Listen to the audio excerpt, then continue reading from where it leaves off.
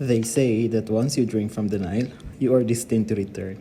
Well, I guess I drank a little too much because here I am, heading back to South Sudan after only 3 months of break. So, 3 months ago, I have decided to take a break from work for personal reasons. I just thought maybe to take a break because I've been working for more than 10 years straight without any break. So, eto, after 3 months, may offer na ulit at babalik tayo sa South Sudan. And good thing check-in ako online. Kasi ang haba ng pila, tapos kung naka-online check-in ka na, wala, dire-diretso na. Isa lang yung naabutan kung nakapila. So, yes. Hello guys. So ayun, naka-check-in na tayo and clear na rin tayo sa immigration. At least hindi ako ma-hold down. Kahit paulit-ulit na ako bumabalik sa abroad, nakaka-anxiety pa rin talaga pag dumadaan sa immigration. So I'm glad madali lang. At saka, wala naman masyadong tinanong sa akin. So, good. So ngayon papunta tayo sa gate. Time check, it's 5 minutes past 8 o'clock in the evening. Tapos paboard na tayo. Actually yung departure time is 9:10. Pero yeah, early tayo nag-board. Pero maya pa yan, mga isang oras pa yan bago yan magde-depart talaga. Usually pag mga international flight, maaga talaga yung boarding. Tapos pagdating ng time, syempre may mga clearances pa and all. So yun, kaya matagal. It's okay. At least maagang makakapasok sa plane na hindi matutulog. Try ko matulog. So yun. Pakita ko pa. Ayun, pasakay na tayo. Malapit na. So, dahil gusto ko matulog, bumili ako ng sleeping pill bago ako pumunta ng airport. So, hopefully makatulog tayo. And dito na tayo. Ayun na.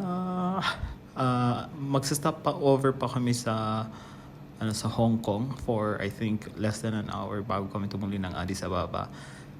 Tapos pagdating namin ng Addis, 13 hours after, ito ang nadat na namin. Ang haba-haba ng pila. Pero okay lang naman, mabilis lang siya. And syempre, hindi natin pwedeng mamiss ito. Ito talaga yung every time nandito ako sa Addis Ababa, hindi talagang pwedeng hindi ako magkape. This is a must try. Kasi ito yung traditional coffee nila. And alam nating lahat, Ethiopia has the best coffee in the world. And yes, ito yung paborito kong kape.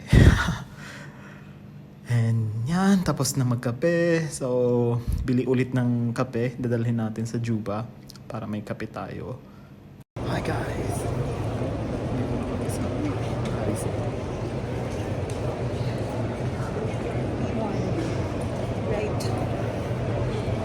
Baba tayo. Saan na? Welcome to Addis. Welcome to Ababa. Addis Ababa.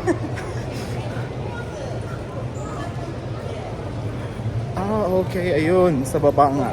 Oo, pababa pa. So, tapos lang namin magkape. Tapos ngayon, hinahanap na namin ang aming gate.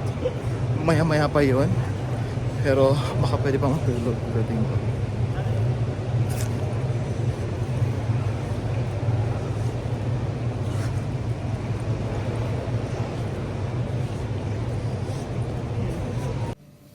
Ayan, pababa na kami sa aming gate.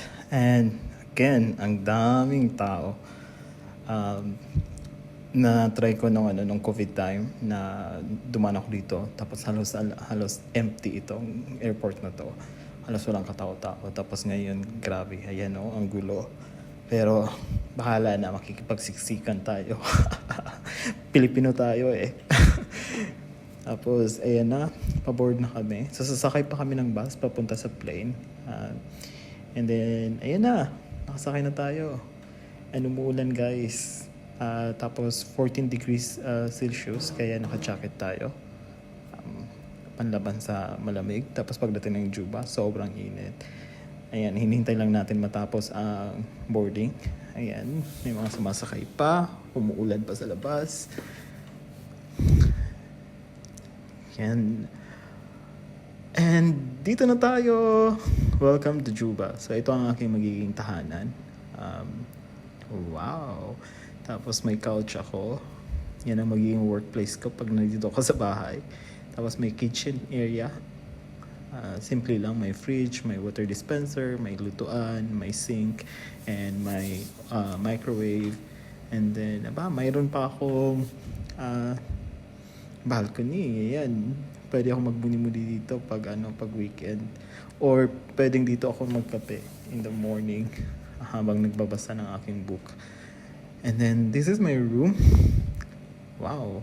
King size bed. At least. Diba? So time check muna tayo. Nakaligo na tayo. Outfit check muna tayo. So bawal ang pahinga dito. After maligo, kahit galing ka sa flight, dire-diretso na yan sa trabaho. Magtatrabaho tayo, hindi magpapahinga. Yun lang, paalam.